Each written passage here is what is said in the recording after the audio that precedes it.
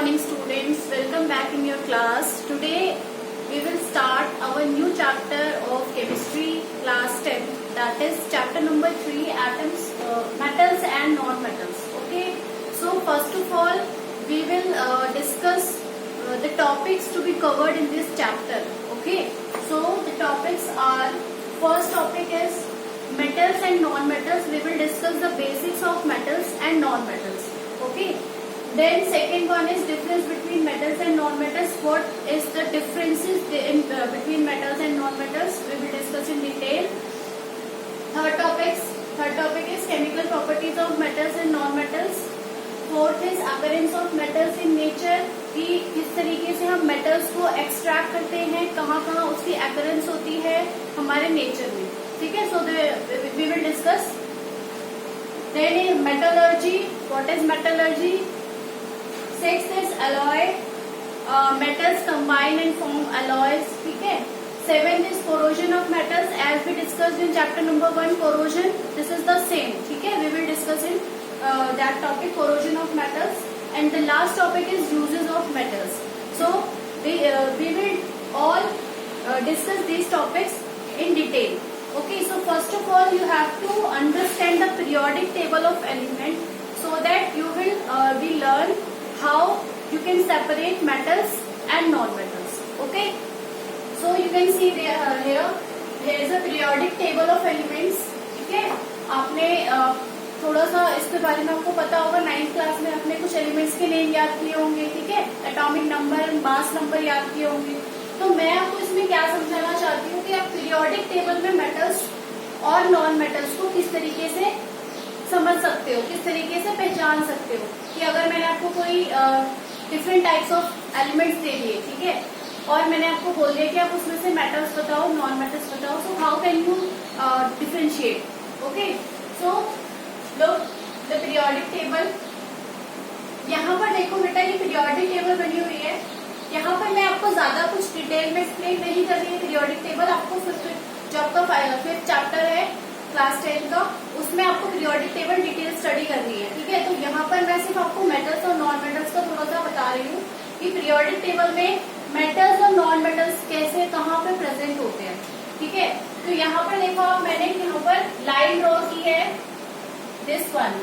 ये मैं आउटलाइन ले रही हूँ इस लाइन को, इसको ध्यान से देखेंगे इस तरीके से यहाँ पर. ठीक है, ये एक आउटलाइन है.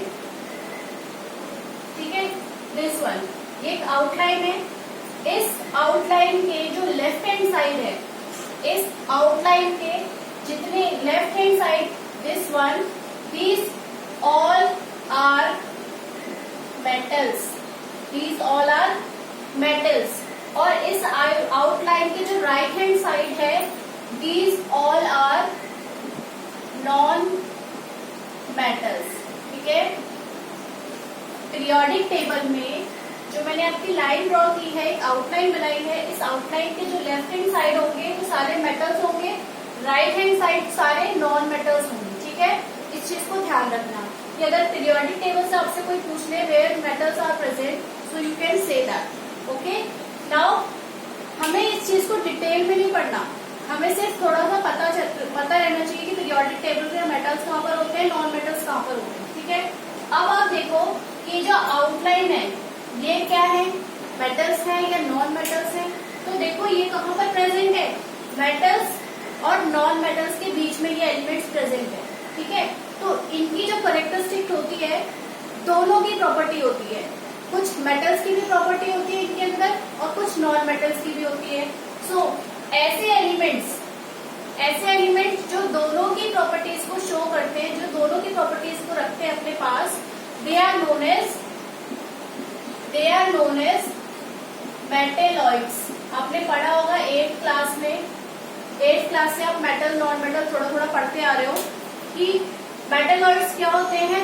वो एलिमेंट्स होते हैं, those elements which show both properties, metals as well as non metals, जिनके अंदर दोनों की प्रॉपर्टी होती है, क्योंकि ये बीच में प्रेजेंट है मेटल्स और नॉन मेटल्स के, तो दोनों की प्रॉपर्टी इनके अंदर होती है. They are known as metalloids.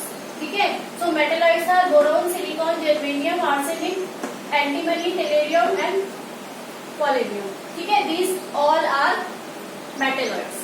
Metals clear हो गया, नॉन मेटल्स क्लियर हो गया, मेटलॉइड्स क्लियर। इससे ज्यादा भी आपको इस चीज में नहीं समझनी। बाकी डिटेल स्टडी हम पीरियोडिक टेबल की चैप्टर नंबर 5 में करेंगे। Okay, so our first topic in this chapter, what is our first topic? Our first topic is about metals and non-metals. We will discuss metals and non-metals, ठीक है। तो सबसे पहले हम बात करते हैं metals की। What are the metals?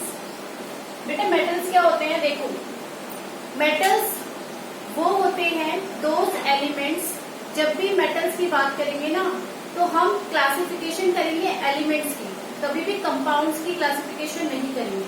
क्यों नहीं करेंगे? क्योंकि मैंने आपको पढ़ाया था 9th क्लास में, आपने पढ़ा होगा जो एलिमेंट्स होते हैं ना, जो एलिमेंट्स होते हैं वो सेम एटम्स के बने होते हैं, ठीक है। जैसे हम बात करते हैं हाइड्रोजन की, hydrogen gas, oxygen gas, nitrogen gas, ठीक है। तो ये सारे क्या है? सेम एटम्स के बने हैं। हाइड्रोजन गैस के अंदर हाइड्रोजन के ही एटम है, ऑक्सीजन गैस के अंदर ऑक्सीजन के ही एटम है। ये मेटल्स नहीं है, मैं आपको एलिमेंट समझाऊंगी, ठीक है, ताकि आप इस चीज को क्लियर कर पाओ। तो एलिमेंट्स की बात करेंगे हम मेटल्स के अंदर। सपोज ये एलिमेंट समझ में आ गया, तो हम मेटल्स के डिस्टिंग्विश, मेटल्स की क्लासिफिकेशन एलिमेंट से पढ़ेंगे, ठीक है। और अगर कंपाउंड्स आता है तो कंपाउंड्स हम एसिड बेसिस में पढ़ते हैं, क्योंकि कंपाउंड्स में different types of atoms present होते हैं, ठीक है। तो इसमें हमें कंपाउंड्स को नहीं पढ़ना है, मेटल्स में हम एलिमेंट्स की ही क्लासिफिकेशन को पढ़ेंगे, ठीक है। तो मेटल्स क्या होते हैं बेटा? Metals those elements which loses electron and form electropositive ion. I am repeating, metals are those element which loses its electron and forms electropositive ions। ऐसे एलिमेंट जो अपने अंदर से क्या लूज कर दें? इलेक्ट्रॉन्स को लूज कर दें और कैसा बना ले आयन? इलेक्ट्रोपॉजिटिव आयन बना ले। इस चीज को हम एग्जांपल से समझते हैं। देखो, सपोज सोडियम है, ठीक है। सोडियम एक एलिमेंट लिया हमने, सोडियम एटम है, ठीक है। सोडियम का इलेक्ट्रॉनिक कॉन्फ़िगरेशन, एटॉमिक नंबर कितना होता है बेटा? 11 होता है, ठीक है। अगर मैं बात करूं इलेक्ट्रॉनिक कॉन्फ़िगरेशन की, What is the electronic configuration? 2, 8, 1, ठीक है। So सोडियम के पास कितने इलेक्ट्रॉन्स है? 11 इलेक्ट्रॉन्स है। फर्स्ट शेल में 2 इलेक्ट्रॉन, सेकंड शेल में 8 इलेक्ट्रॉन, थर्ड शेल में 1 इलेक्ट्रॉन। सो सोडियम को स्टेबल होने के लिए क्या करना होगा? इस 1 इलेक्ट्रॉन को क्या करना होगा? डोनेट करना होगा, लूज करना होगा, क्योंकि इसके लिए पॉसिबल नहीं कि वो 7 इलेक्ट्रॉन्स किसी से ले ले।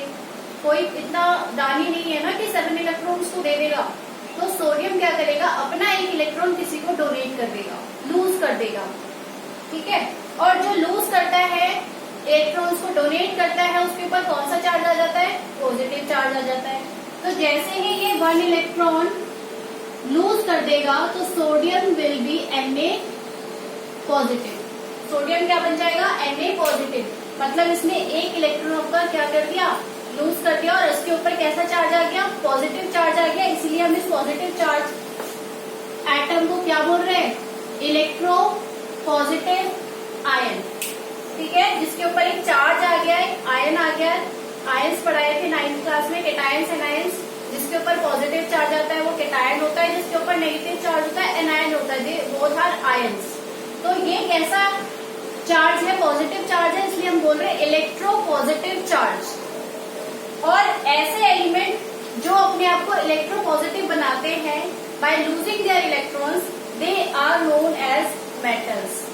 ऐसे बहुत सारे एग्जांपल हैं, ठीक है। सोडियम का मैंने आपको एक्सप्लेन कर दिया, potassium, calcium, magnesium, they all are metals, ठीक है। अब एक चीज और बतानी बेटा, पीरियोडिक टेबल में जैसे मैंने आपको बताया कि इस मेटेलॉइड्स के लेफ्ट हैंड साइड सारे मेटल्स हैं, रिएक्टिविटी की। तो जब भी हम इस मेटलॉइड्स की लेफ्ट में जाते हैं, मेटल्स की रिएक्टिविटी बढ़ती जाती है। मतलब जितना ज्यादा आप इधर लेफ्ट में जाओगे ना, जितना ज्यादा लेफ्ट में जाओगे, मेटल्स की रिएक्टिविटी बढ़ती जाती है, इंक्रीज होती जाती है। मतलब जितने ज्यादा लेफ्ट में मेटल्स प्रेजेंट होंगे, उसकी रिएक्टिविटी बहुत ज्यादा हाई होगी। मतलब बहुत ही हाईली रिएक्टिव मेटल्स होंगे वो। हाईली रिएक्टिव का मतलब बहुत जल्दी किसी भी चीज से रिएक्ट कर जाएंगे। और जितना ज्यादा राइट हैंड साइड जाओगे आप मेटलॉइड्स के, उन नॉन मेटल्स की रिएक्टिविटी हाई होती है। जैसे सपोज करो carbon is a non metal, ठीक है।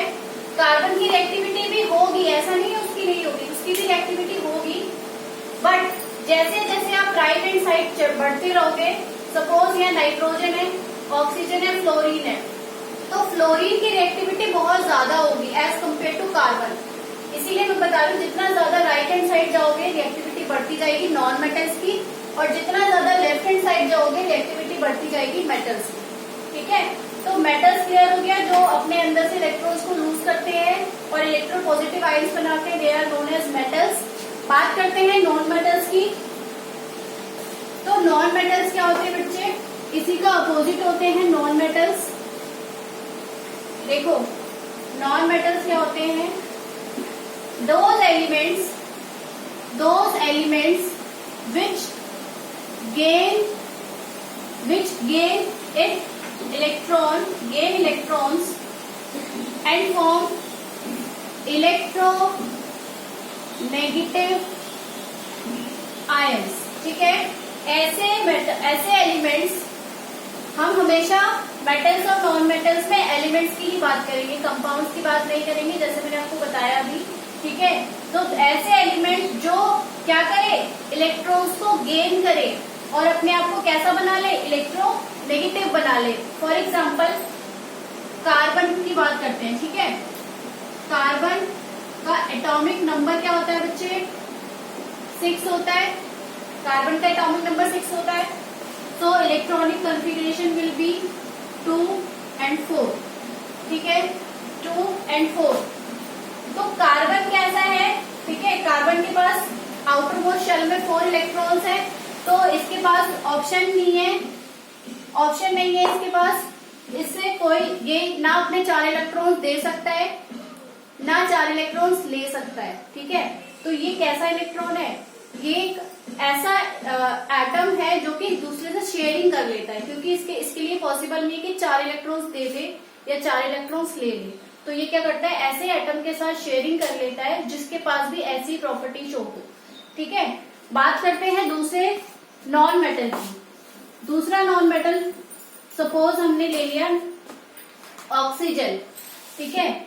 एग्जाम्पल ले लिया हमने ऑक्सीजन। ऑक्सीजन का एटॉमिक नंबर कितना होता है? ऑक्सीजन का एटॉमिक नंबर होता है 8, ठीक है। ऑक्सीजन का एटॉमिक नंबर हो गया 8। इलेक्ट्रॉनिक कॉन्फ़िगरेशन लिखते हैं हम 2, 6। आउटर मोस्ट शेल में कितने इलेक्ट्रॉन्स है? 6 इलेक्ट्रॉन्स है। तो अभी इसको क्या चाहिए? इसको 2 इलेक्ट्रॉन्स चाहिए ताकि इसका वैलेंस शेल स्टेबल हो जाए, ठीक है, ये स्टेबल हो जाए। तो ये क्या करेगा, किसी से 2 इलेक्ट्रॉन्स ले लेगा, ठीक है। किसी से 2 इलेक्ट्रॉन्स ने ले लिया और क्या बन गया? O2 negative. मतलब इसने 2 इलेक्ट्रॉन्स लिए हैं, इसलिए इसके ऊपर कैसा चार्ज आ गया? 2 नेगेटिव। तो ये कैसा बन गया? ये बन गया electronegative ion. I hope this is clear to you.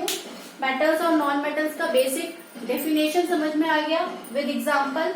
So in the next video, in the next topic, we will discuss difference between metals and non-metals. Thank you and have a nice day.